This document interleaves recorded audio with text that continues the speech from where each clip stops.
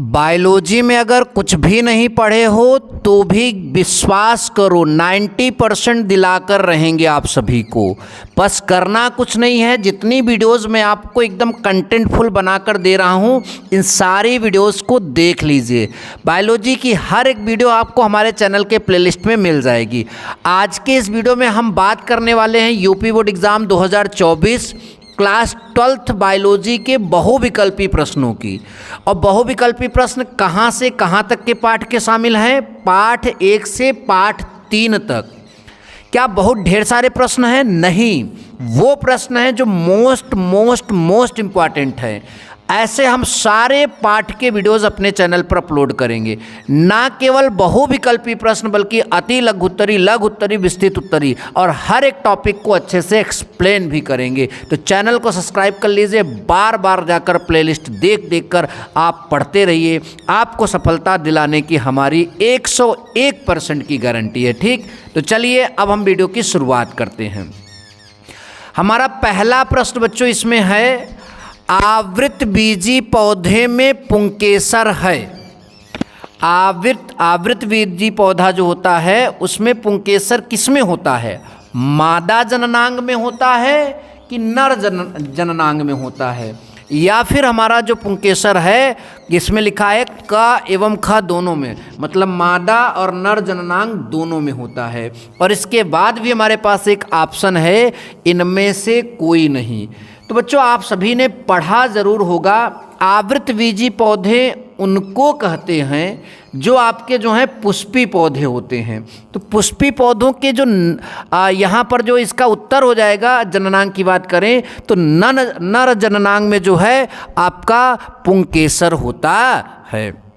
अच्छा, चलिए दूसरा प्रश्न देखते हैं। भारतीय भ्रूण विज्ञान के जनक हैं। भारतीय भ्रूण विज्ञान के जनक हैं। इसी प्रश्न को बच्चों ऐसे ही पूछ सकता है, भारतीय भ्रूण विज्ञान का पिता कहलाते हैं। देखिए अब पूछने के तरीके अलग अलग हो सकते हैं। भारतीय भ्रूण विज्ञान के जनक हैं या भारतीय भ्रूण विज्ञान के पिता कहलाते हैं। तो हमारे पास आपका ऑप्शन है sir Jagdish Chandra Bose, professor Panchanan Maheshwari, doctor Hargovind Khurana और डॉक्टर बीरबल साहनी। तो इसका जो सही जवाब होगा प्रोफेसर पंचानन महेश्वरी। ये ध्यान दीजिए, प्रोफेसर पंचानन महेश्वरी जो हैं इसका सही जवाब होगा। नेक्स्ट प्रश्न हमारा है, निम्नलिखित में से किसमें कीट परागण होता है? ऐसा कौन सा इसमें मतलब कि आपका है कि उसमें कीट परागण होता है? तो हमारे पास इसमें कई ऑप्शन हैं, गुड़हल, अंजीर, गेहूं, हाइड्रा। तो जो गुड़हल है, गुड़हल का फूल या गुड़हल, इसमें आप सभी का कीट परागण होता है, कीटों के द्वारा परागण होता है, ये बात ध्यान दीजिए। ठीक, नेक्स्ट आपका है, आवृतबीजी पादपों के पुष्प के आवृतबीजी पादपों के पुष्प के नर जननांग को कहा जाता है। जो आवृतबीजी पादप होते हैं उनके पुष्प मतलब कि पुष्प के नर जननांग को हम क्या कहते हैं? पुमंग कहते हैं या फिर जायांग कहते हैं या फिर स्त्रीकेश कहते हैं या फिर इनमें से कोई नहीं। अभी पहला ही प्रश्न देखो, ध्यान से देखो कितना बढ़िया हमने आपका नोट्स तैयार किया है और दोनों प्रश्न पूछे गए हैं। इस तरह से पूछा आवृतबीजी पौधे में पुंकेसर होता है तो नर जननांग में। अब पूछ रहा है कि नर जननांग में नर जननांग को कहा जाता है तो पुंकेसर। अब पुंकेसर बोलो चाहे पुमंग बोलो तो बात ठीक ही हुई। ऑप्शन क्या हो जाएगा? पुमंग सही हो जाएगा। एक बात ध्यान देना बच्चों, जितने प्रश्न हम यहाँ अटेम्प्ट कर रहे हैं आप सभी लोग बताना कि आपको इसमें से पहले से कितने प्रश्नों का उत्तर आ रहा था। ईमानदारी से कमेंट जरूर करना। ठीक, चलिए आगे चलते हैं, अगला प्रश्न देखते हैं। अगला प्रश्न हमारा है, आवृतबीजी पौधों का भ्रूण पोष होता है। जो आप सभी के आवृतबीजी पौधे होते हैं उनका भ्रूण पोष जो है वो होता है। वो कैसा होता है? हमारे पास कई ऑप्शन हैं, द्विगुणित ऑप्शन है, आपका बहुगुणित ऑप्शन है, त्रिगुणित ऑप्शन है और अगुणित ऑप्शन है। आपके पास यहाँ पर कई ऑप्शन हैं। तो जो आवृतबीजी पौधे होते हैं उनका जो भ्रूण पोष होता है वह आपका कैसा होता है? तो सही जवाब इसका हो जाएगा त्रिगुणित। क्या हो जाएगा? त्रिगुणित। नेक्स्ट प्रश्न बच्चों, जल परागित पादप का नाम है। जल परागित पादप यानी जल द्वारा परागित जो होता है। तो इसमें कई ऑप्शन आपके सामने दिख जाएंगे।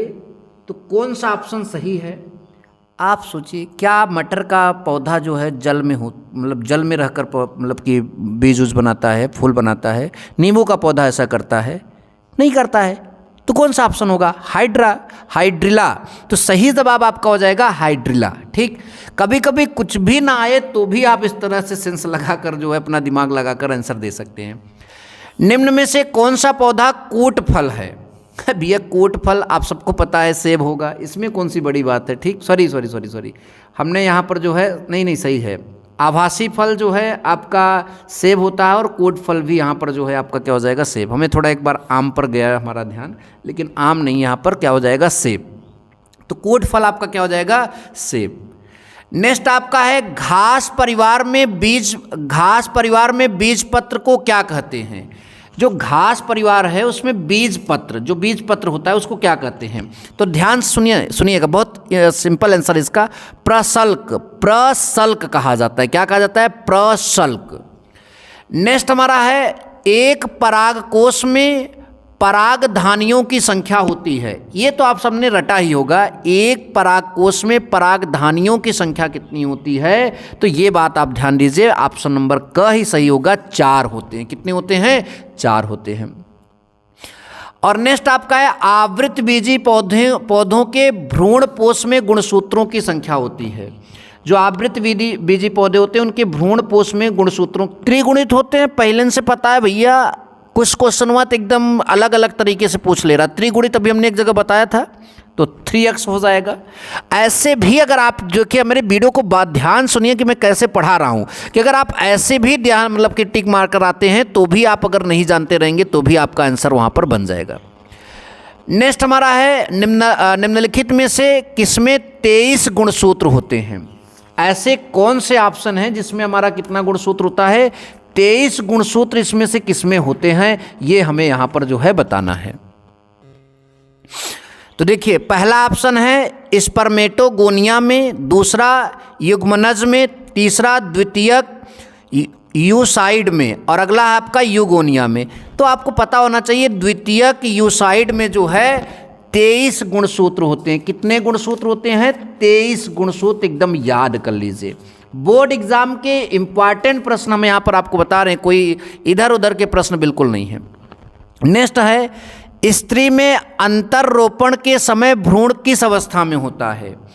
स्त्री में अंतररोपण के समय भ्रूण जो है किस अवस्था में रहता है? तो उस अवस्था का नाम है ब्लास्टुला। क्या? ब्लास्टुला अवस्था जो है उसको कहलाते। कभी कभी ऐसे ही पूछता है कि ब्लास्टुला अवस्था क्या होती है, तो आप बताइएगा। स्त्री में अंतररोपण के समय की अवस्था, भ्रूण की अवस्था जो है ब्लास्टुला अवस्था कहलाती है। ठीक। नेक्स्ट हमारा है एंड्रोजन स्रावित होता है। एंड्रोजन जो है वो स्रावित होता है, तो कौन सी कोशिकाओं के द्वारा स्रावित होता है, यहाँ पर हमसे ये पूछा है। ठीक, ध्यान दीजिएगा। तो इसमें कई ऑप्शन है आपका, जिसमें से पहला ही ऑप्शन जो है इसका क्या हो जाएगा? सही हो जाएगा। लीडिंग कोशिकाओं के द्वारा जो है एंड्रोजन स्रावित होता है। नेक्स्ट प्रश्न हमारा है एक शुक्राणु में माइक्रोकांड्रिया नहीं पाई जाती है। मतलब शुक्राणु में माइक्रोकांड्रिया नहीं पाई जाती किस जगह पर? पुच्छ में, मध्य भाग में, और एस्क्रोसोम में, या शीर्ष में? ये आपको यहाँ पर बताना है। तो देखिए, शुक्राणु हो चाहे जो हो, सब कोशिकाओं से मिलकर बना, और कोशिका में माइट्रोकांड्रिया होती है। माइट्रोकांड्रिया शुक्राणु में भी होगा, तो शुक्राणु को कि कौन से भाग में जो है आपका माइट्रोकांड्रिया नहीं पाई जाती है? तो इसका सही जवाब होगा कि शुक्राणु के मध्य भाग में जो है माइट्रोकांड्रिया नहीं पाई जाती है। ध्यान दीजिएगा। स्त्रियों में आवर्त चक्र जो है, जिसे हम मेंस्ट्रुअल साइकिल या सामान्यतः जो है इसको हम जो है ये कितने दिनों का होता है? कुल मिलाकर यहाँ पर ये पूछा गया है। तो आपको मंथली साइकिल के नाम से भी इसको जानते हैं। तो ये कितने दिनों का होता है? 28 से 29 दिनों का होता है। ठीक, 28 से 29 दिन पर ये रिपीट होता है, आप सभी को मालूम होना चाहिए। ठीक, वैसे भी आप सभी लोगों ने इसको तो ज़रूर याद रखा होगा। नेक्स्ट नंबर है जनन क्षमता को सीमित रखने की स्थायी विधियाँ। जनन क्षमता जो है उसको सीमित रखने की स्थायी विधियाँ कौन कौन सी हैं? देखिए, ये यहाँ पर हमारे सामने है तो विधि की बात कर रहा है। ये देखिए जो कंडोम का प्रयोग कर रहा है, बोल रहा है, ये विधि नहीं है। तो यहाँ पर जो विधि की बात करेंगे वो आपका होगा स्त्री तथा पुरुष बंध्याकरण। ठीक, कभी कभी आपको यहाँ पर जो है दिमाग आपका जाएगा, लेकिन आप प्रश्न को पहले ध्यान से समझिए। स्त्री तथा पुरुष बंध्याकरण जो है ये आपके जनन क्षमता को सीमित करने की स्थायी विधि होती है, ये बात ध्यान दीजिए। ठीक, नेक्स्ट नंबर हमारा है क्या पुरुष से संबंधित है। इसमें ऐसा कौन सा ऑप्शन है जो पुरुष से संबंधित है? तो सही ऑप्शन होगा वैक्सेक्टोमी, वैक्सेक्टोमी। ठीक, तो ये क्या होता है, ये एक्चुअल में नसबंदी होती है। ठीक, ये आपकी क्या होती है, नसबंदी होती है। अगर बात करें ट्यूबेक्टोमी की तो ये जो है महिलाओं में नसबंदी बोली जाती है, तो इसलिए जो है ये पुरुष से ये वाली संबंधित है। नेक्स्ट नंबर बात करें कॉपर टी रोकती है। जो कॉपर टी है वो क्या रोकती है? तो वो निषेचन को रोक देती है। किसको रोक देती है? निषेचन को। नेक्स्ट है गर्भ निरोधक गोली का प्रमुख घटक है। जो गर्भ निरोधक गोली होती है उसका प्रमुख मतलब कि घटक क्या होता है? प्रोजेस्टेरोन। ठीक, तो प्रोजेस्टेरोन जो है वो गर्भ निरोधक गोली का प्रमुख घटक माना जाता है। हमारे पास नेक्स्ट क्वेश्चन है, नेक्स्ट प्रश्न है आपका एमनियोटिक द्रव की कोशिकाओं में निम्न में से किसकी उपस्थिति द्वारा, एमनियोटिक द्रव की कोशिकाओं में निम्न में से किसकी उपस्थिति द्वारा भ्रूणीय शिशु का लिंग निर्धारण होता है? तो किसकी उपस्थिति द्वारा? तो भाई लिंग निर्धारण करना है तो लिंग गुणसूत्र का उपयोग करेंगे, तो इसका सही जवाब हो जाएगा लिंग गुणसूत्र द्वारा। ठीक, नेक्स्ट नंबर है आपका एंड्रोजन स्रावित होता है। जो एंड्रोजन स्रावित होता है ये क्वेश्चन रिपीट भी हो गया है, तो लीडिंग कोशिकाओं के द्वारा अभी हमने आपको इसके पहले 2-4 प्रश्न के पहले इसको दिखाया भी। तो आई होप कि वीडियो पसंद आया। वीडियो पसंद आया तो लाइक और शेयर ज़रूर करिएगा। Thank you so much. जय हिंद, वंदे मातरम।